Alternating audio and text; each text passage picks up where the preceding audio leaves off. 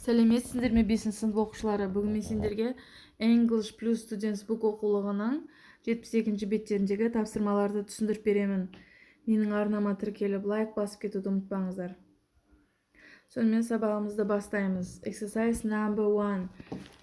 Look at the language quiz and complete the columns with the words in blue. Do you know the names of other languages in English? Яғни тілдер тестіне қара дейді, және көкпен жазылған сөздерді осы екі қатарға толтырамыз. Яғни languages тілдер, other words түрлі сөздер деген. Languages яғни мандарин Қытай тілі, Spanish испан тілі, English ағылшын тілі, German неміс тілі, French француз тілі, Turkish түрік тілі, Russian орыс тілі. Other words түрлі сөздер language тіл, letter хат, alphabet әліпби, symbol word сөз. Exercise number 2. Do the quiz. The listen and check you answer дейді. Яғни тест істе дейді. Содан кейін тексеріп сұрақтарға жауап бер дейді. Бірінші, what language do more people speak? Ол тілде көп адамдар сөйлейді дейді. Mandarin, Spanish, English, мандарин Қытай тілі яғни жауабы. Екінші, how many letters are there in the English alphabet дейді.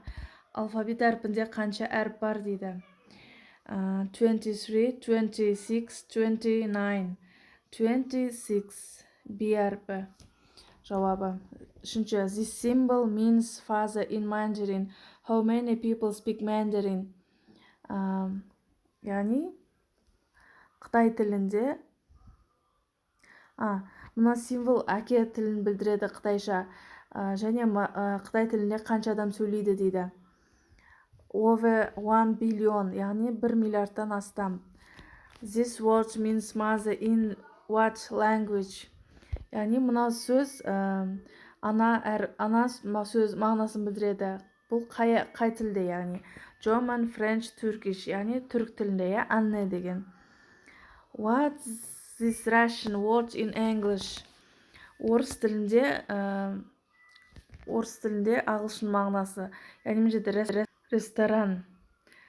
әрпі ресторант.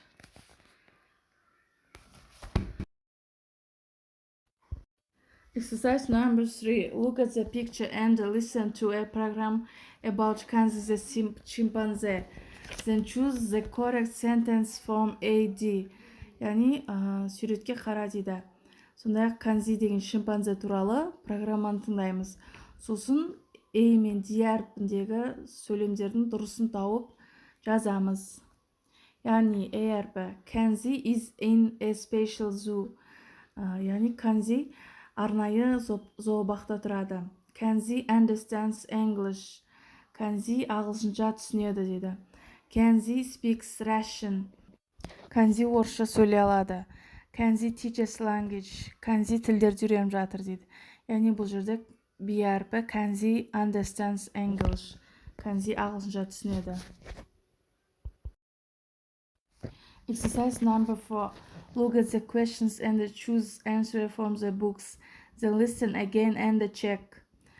Сұрақтарға қара дейді. Сосын сызықшаның ішіндегі, қорапшаның ішіндегі сөздермен жауап береміз. Сосын тексер дейді. Бірінші, where does Kanzi live? Kanzi қай жақта тұрады дейді. In the USA, яғни ақшта. Екінші, do her teachers work in a zoo? Оның мұғалімдері зообақта істейме дейді. No, they don't. Жоқ, істемейді. Does Kanzi speak English? Kanzi ағылшынша сөйлей ала ма? No, she doesn't. Жоқ, сөйлей алмайды. Төртінші, how does Kanzi communicate? Kanzi қалай түсіндіреді дейді. She communicates symbols. Ол символдармен түсіндіреді дейді. Бесінші, how many symbols does she understand дейді. Ол қанша символдар біледі дейді. She understands about 200 symbols. Ол 200 200-дей символ біледі дейді. Exercise number 5. Activate. Ask and answer the questions. Сұрақтарға жауап бер дейді. Бірінші. What languages do you think are very difficult? Why? дейді. Қандай тіл қиын деп ойлайсың? Неліктен дейді. I think Chinese is difficult дейді. Мен Қытай тілі деп ойлаймын дейді. Екінші. Which languages are interesting or important for you дейді. Сен үшін қандай тіл қызықты және маңызды дейді. English and French is interesting to me. Ағылшын және француз тілі маған қызықты дедім. Say the English alphabet дейді. Ағылшын әліппесін ата дейді. A, B, C, D, E, F, G, K, J, K, L, M, N, O, P деп, яғни ағылшын әріптерін жазамыз, алфавитін. Төртінші. What symbols are there on this page? Яғни қандай символдарды көрін дейді осы беттен дейді. Фаза, яғни тілдер тестіндегі фаза деген символды көрдік. The symbol language research center on the women's t-shirt дейді. Яғни үшінші жаттығудағы әйел адамның футболкасындағы символдарды көрдік. Сонымен бүгінгі сабағымыз бітті. Хош, сау болыңыздар.